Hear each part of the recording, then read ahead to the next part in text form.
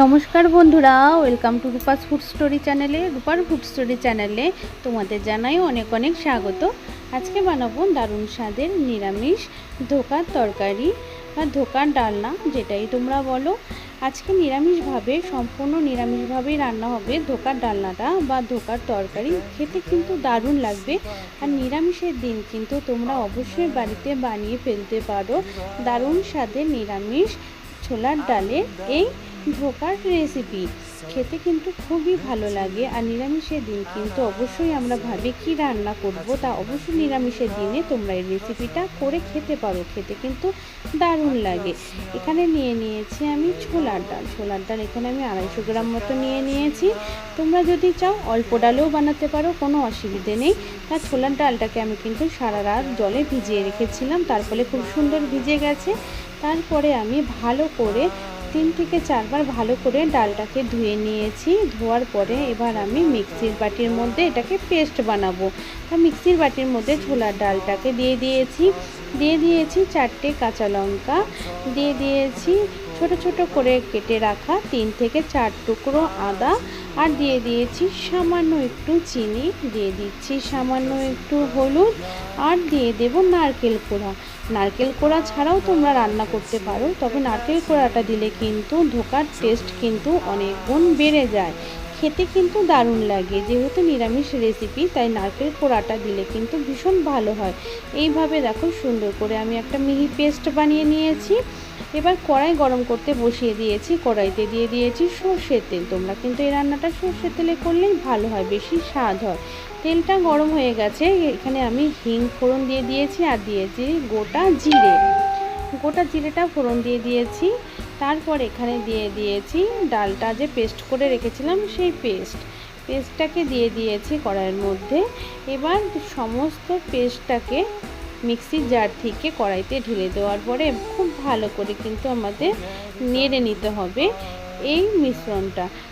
খুব ভালো করে কিন্তু আমাদের পেস্টটাকে কিন্তু অনবরত কিন্তু নাড়তে হবে, তা নাহলে কিন্তু পেস্টটা কিন্তু নিচে থেকে কিন্তু লেগে যায়। তাই কিন্তু একবারও নাড়া বাদ দিলে চলবে না, অনবরত নেড়ে চেড়ে পেস্টটাকে কিন্তু খুব সুন্দর করে কিন্তু একটা ডো বানিয়ে নিতে হবে, একদম দারুণ করে। এইভাবেই অনবরত নেড়ে নেব আমি। দেখো খুব সুন্দর করে এইভাবে নেড়ে নিতে হবে। আর ছোলার ডাল দিয়ে এই ধোকা বানালে কিন্তু দারুণ হয় খেতে। ছোট থেকে বাড়ির বড় সবাই কিন্তু দারুণ স্বাদ করে কিন্তু এই ধোকার ডালনা বা ধোকার তরকারিটা খেয়ে নেবে। তারপরে মিক্সির জারটা ধুয়ে সামান্য একটু জল দিয়ে দিয়েছি। তার ধোকার কালারটা ভালো আসার জন্য আমি সামান্য আর একটু হলুদ এখানে অ্যাড করে দিয়েছি। এরপরে ধোকার কালারটা কিন্তু খুব সুন্দর হবে। প্রথমে কিন্তু সামান্য একটু হলুদ দিয়েছিলাম, তাই এখানে আমি আর একটু হলুদ অ্যাড করে নিলাম দারুণ কালার আসার জন্য। দেখো এভাবে ভালো করে মিক্সির বাটি ধোয়া জলটা হলুদ দিয়ে খুব ভালো করে মিশিয়ে নিচ্ছি। এভাবেই অনবরত নেড়ে চেড়ে নেব। সমস্ত ডোটাকে কিন্তু সুন্দর করে একটা ফাইন করে তৈরি করে নিতে হবে, আমাদের একটু শুকিয়ে নিতে হবে। আর দেখো খুব ভালো করে এইভাবে অনবরত নেড়ে চেড়ে আমাদের ডোটাকে তৈরি করে নিতে হবে। দেখো খুব একটুখানি ভালো করে করতে হবে, একটু সময় লাগবে তার জন্য। আর অনবরত কিন্তু একটু নাড়তে হবে। তার ডোটা খুব ভালো করে তৈরি হয়ে গেছে। এবার আমি দেখো একটা প্লেটের মধ্যে নামিয়ে নিয়েছি। তা তোমরা চাইলে এটাকে যে কোনো বাটি বা থালাতেও নামাতে পারো, তবে আগে একটু তেল মেখে নেবে। তারপরে দেখো থালাতে আমি ঠান্ডা হওয়ার জন্য রেখে দিয়েছি।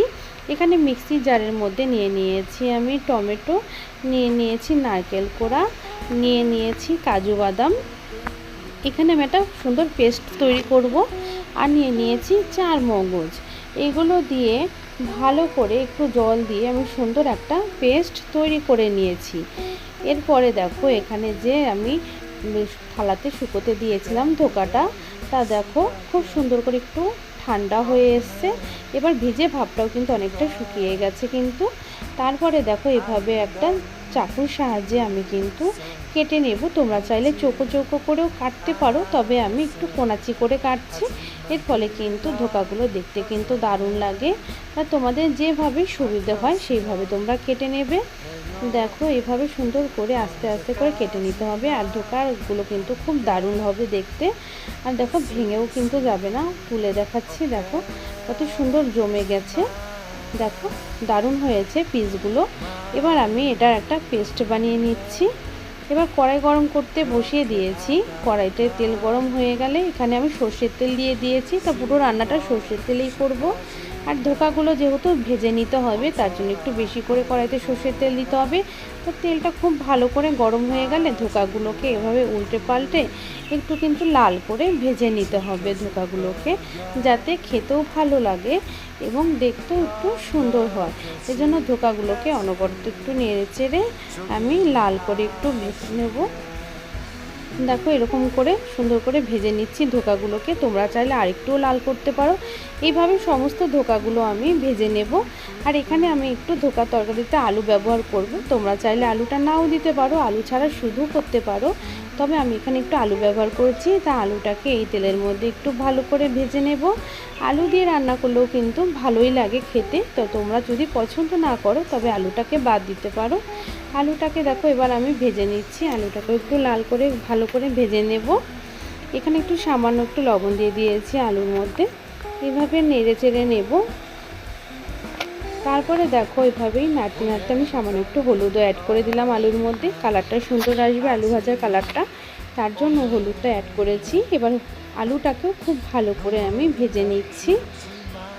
এভাবে একটুখানি অনবরত নাড়তে চাড়তে আলুগুলোকে একটু লাল করে ভেজে নেব। আলুগুলো দেখো আমার প্রায় ভাজা হয়ে গেছে। এবার আমি আলুগুলোকে নামিয়ে নেব। ওই তেলের মধ্যেই দিয়ে দিচ্ছি এখানে আমি এক টুকরো দারচিনি, দুটো লবঙ্গ, তিনটে এলাচ। এলাচের মুখটা কিন্তু সবসময় একটু ফাটিয়ে দিলে ভালো হয়, তা নাহলে কিন্তু এলাচটা জোরে একটু ফুটে গায়ের মধ্যে চলে আসে। এর জন্য সবসময় এলাচটা কিন্তু তোমরা ফাটিয়ে দেবে মুখটা। তারপর এখানে দিয়ে দিয়েছি সামান্য একটু জিরে ফোড়ন, দিয়ে দিয়েছি এখানে হিং ফোড়ন। আর নিরামিষ তো ধোকার তরকারি হিং ফোড়ন দিলে দারুণ সুন্দর গন্ধ হয়। তোমরা যদি হিং খেতে পছন্দ না করো হিংটাকে বাদ দিয়ে দিতে পারো। দিয়ে দিলাম আদা বাটা, দিয়ে দিলাম জিরে বাটা, দিয়ে দিচ্ছি ধনিয়া বাটা। তোমরা চাইলে গুঁড়ো মশলা তো করতে পারো, আমি এখানে বাটা মশলা দিয়ে করছি। দিয়ে দিয়েছি এখানে লাল লাল লঙ্কা বাটা, আর দিয়ে দিলাম কাশ্মীরি লাল লঙ্কার গুঁড়ো। এবার দিয়ে দিচ্ছি হলুদ। এবার সমস্ত কিছুকে কিন্তু খুব ভালো করে কিন্তু আমাদের নেড়ে চেড়ে নিতে হবে। এখানে আমি লবণও অ্যাড করে দিয়েছি। এবার সমস্ত মশলাটাকে খুব ভালো করে নেড়ে চেড়ে একটু কষিয়ে নিতে হবে অনবরত। দেখো আস্তে আস্তে মশলার কালারটা কিন্তু খুব সুন্দর হচ্ছে। আর মশলাটা যত ভালো কষানো হবে ততই কিন্তু খেতে স্বাদ হবে তরকারিটা। তারপর যে পেস্ট আমরা এখানে বানিয়ে রেখেছিলাম নারকেল, কাজু বাদাম আর পোস্ত, সেই পেস্ট কিন্তু এখানে আমি দিয়ে দিলাম। দেওয়ার পরে খুব ভালো করে আবারও মশলাটাকে নেড়ে চেড়ে অনবরত খুব ভালো করে কষিয়ে নিতে হবে, যাতে মশলার কোনো কাঁচা গন্ধ না থাকে। এজন্য খুব ভালো করে আমাদের অনবরত একটু পরপর ভালো করে নেড়ে চেড়ে খুব ভালো করে মশলাটাকে কষিয়ে নেব। তোমাদের হাতের কাছে যদি নারকেল না থাকে নারকেল ছাড়াও তোমরা করতে পারো, তবে নিরামিষ তরকারি তো এই জন্য এখানে নারকেল কোড়াটা দিলে খুব টেস্টি হবে। তো এইভাবেই দেখো আবারও আমি মশলাটাকে খুব ভালো করে নেড়ে চেড়ে কষিয়ে নিচ্ছি।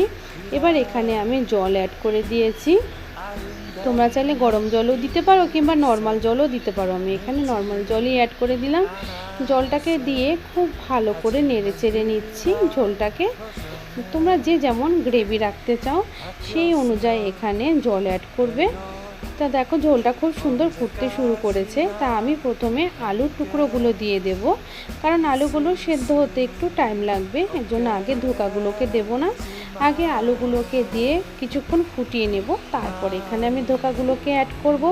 তা আলুটা আগে খুব ভালো করে ফুটে একটু সেদ্ধ হয়ে যায়, তারপর এখানে আমি ধোকাগুলোকে অ্যাড করছি। তা আলুগুলো আমার অনেকক্ষণ ফুটে গেছে, কিছুক্ষণ 5-7 মিনিট ফুটিয়ে নেওয়ার পরে তারপরে ভেজে রাখা সমস্ত ধোকাগুলোকে এখানে আমরা দিয়ে দিয়েছি।